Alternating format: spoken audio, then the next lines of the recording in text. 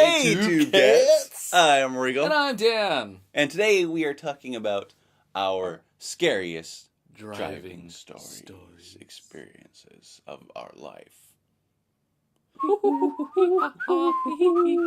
Thank you, cat. Hey, so Mario Kart 8 just came out for the It's here. Wii U. It's for me and for you. It is so fun.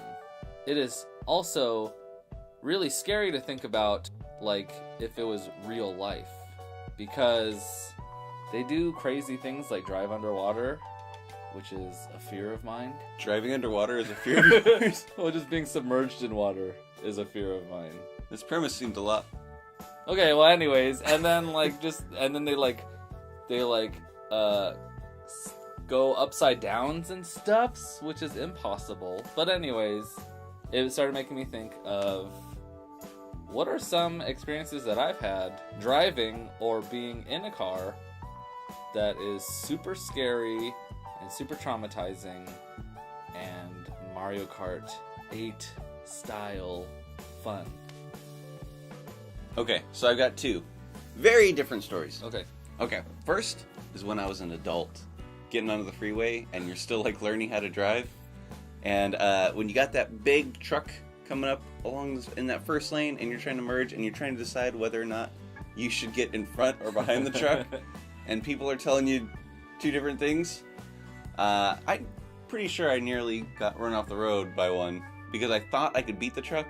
Oh no. You couldn't? If the truck driver hadn't slammed on his brakes, I absolutely would have Oh wow. gone off the freeway. That's scary. Yeah. That's still like, to think that like I could be dead today if that guy didn't step on the brakes. That freaks me out a little bit. Well, it's a good thing he stepped on his brakes. Yeah. Thank you, truck drivers and truck driver who specifically did that. I think his name was Bill. Bill, the truck driver. Mhm. Wow. Yeah. Thank you, Bill. We Thank you, love Cat.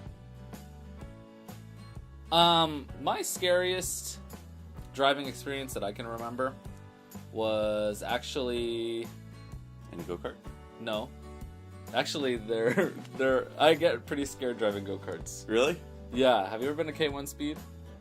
No, that's a really fast one though, It's right? fast. It's scary because you're so low to the ground, and like everybody there is like an expert, and they like they'll like bump you and stuff if you're not going fast enough. And I'm like, oh my gosh, I got last place. But they're not bumper cars. Right? No, they're not supposed to hit you. Yeah. But they're just like, get off the road. And I'm like, oh my gosh. And then like This is my only outlet as an adult. and then like the guys who work there are like trying to flag you off. They're like, move to the side. You're driving too slow. And I'm like, oh my gosh, I'm too scared. But anyways, I wish I was better at driving those carts. But anyways, real driving, I went to Coachella one year. And it was me and my buddy Nick, and I remember we went, and I wanted to stay out there like after the Sunday night, but for some reason the next day I had a class at El Camino, and the teacher was just like, this is the only class that you guys can't miss because we're gonna be reviewing things before the final, and if you miss it, then you're gonna fail your class and everything. So I was like, oh my gosh, I have to be back at school at 8 a.m.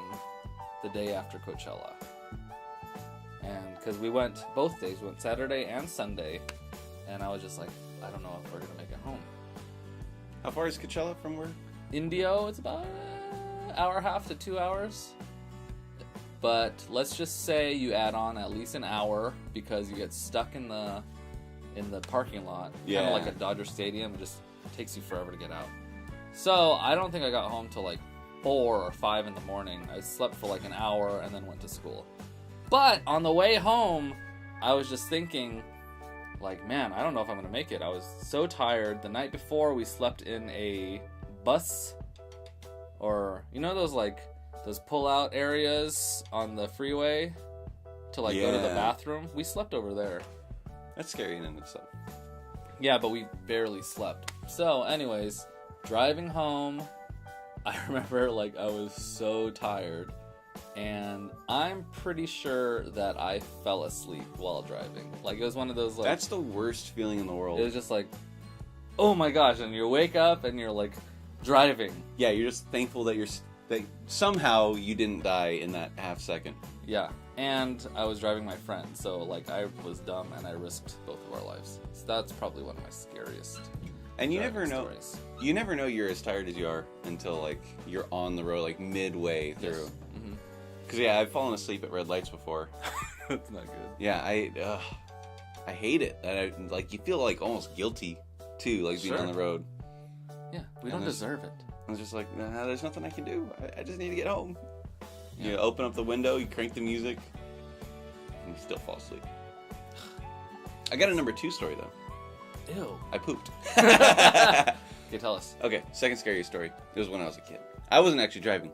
I hope not. I was coming home from visiting family somewhere, and I think it was my mom that was driving, and she was pulling out of her spot. Okay, so she needs to go this way, so she pulls out from the side of the street, and she pulls into a driveway, so she can back up and come back this way, right?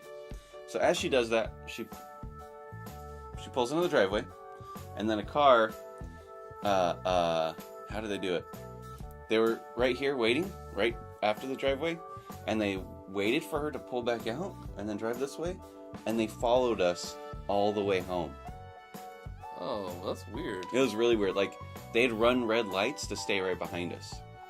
And then what happened when you got home? We didn't actually get all the way home. Like, we started circling blocks just to, like, see if we were crazy. Uh-huh. And they kept, like, I don't know, I still don't know who it was, but yeah, they kept following us, and then eventually, my mom is in, like, in a minivan, and so she, like, goes down one of these side streets, and then she makes, like, a hard left turn, like, she's slowing down just so these guys can get, like, right behind her, and then she slams up, and then, like, makes a hard left turn, and the guys, like, they slam on their brakes to try and go back and follow us, but they couldn't.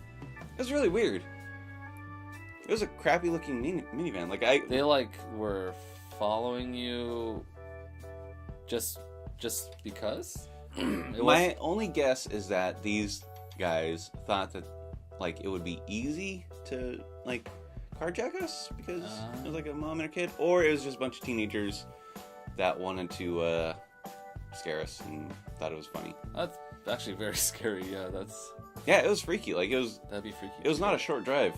They were definitely following us. That's weird. Did you hear about those teenagers that followed a cop home? Stupidly. No.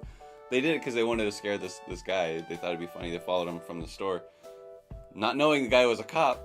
Uh-huh. And so he noticed that this group of teenagers was following him. And so on the way, he calls people. He's like, "Hey, I got a bunch of teenagers. I think I might have arrested them at some point. They're heading towards my home.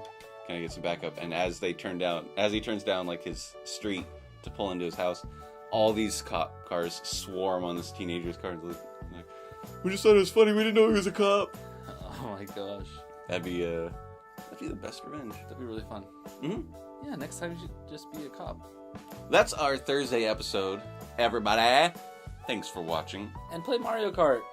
Don't forget to like, share, subscribe.